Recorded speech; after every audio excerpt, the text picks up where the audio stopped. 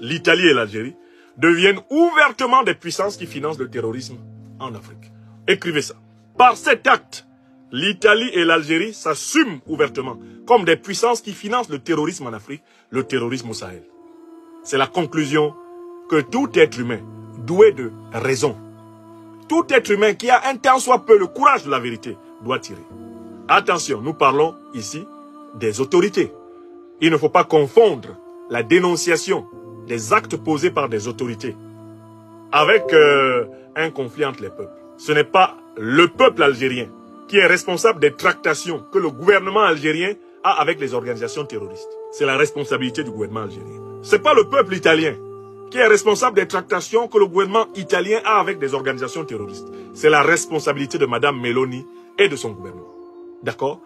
Il ne faut pas confondre ici le niveau où le conflit se pose. Mais il est important de dénoncer. Et je compte sur chacune et chacun d'entre vous pour dénoncer ceci. Au moment où le Mali est en train de parachever le retour de la sécurité dans la partie nord de son territoire par l'élimination des ennemis de la paix, de la sécurité. Au moment où le Niger est en train de s'organiser pour tenir bon. Au moment où le Burkina Faso est soumis à un harcèlement terroriste inouï pour punir sa détermination à être souverain et à ne pas se laisser recoloniser, on donne 20 milliards de francs CFA aux terroristes pour qu'ils se réarment, pour qu'ils se remobilisent, pour qu'ils recrutent davantage, pour venir tuer notre peuple. Si tu es africaine et que tu es africain, si tu es ami de la vérité, de la justice et de la solidarité humaine, que tu sois européen, américain, asiatique, quelle que soit la partie du monde où tu reçois ce message, aide-nous à dénoncer le financement du terrorisme en Afrique par les puissances occidentales. Le financement du terrorisme en Afrique par le régime algérien.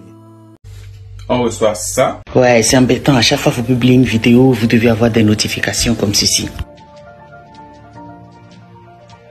Je sais que je crie haut et fort que je suis contre les... Ça. Les sanctions commencent à pleuvoir. On me menace de me bannir du programme de monétisation TikTok pour avoir publié cette vidéo. Tu as sûrement entendu parler de ce qui se passe au Congo. Et si ce n'est pas le cas, je t'invite à aller te renseigner parce que à l'heure... Et ça encore. Ouais, t'as bien lu, hein. T'as très bien lu.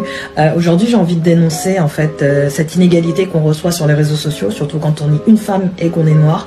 Le nombre de commentaires que je signale tous les jours et pour lesquels j'ai toujours une réponse en mode « Ah ben non, ça n'en fera pas les consignes communautaires ». Je me pose des questions de quelle communauté vous parlez parce que c'est quand même assez intriguant. Là, je pense qu'il n'y a pas plus clair. On sait très bien que c'est une originalité, donc le concepteur de ce mot-là, très original. Je pense que ça en est de trop pour le cercle africain. Liberté de communication, de partage et de connaissances. C'est la raison pour laquelle nous avons mis sur pied le réseau social africain Djiba World, disponible sur App Store et Play Store.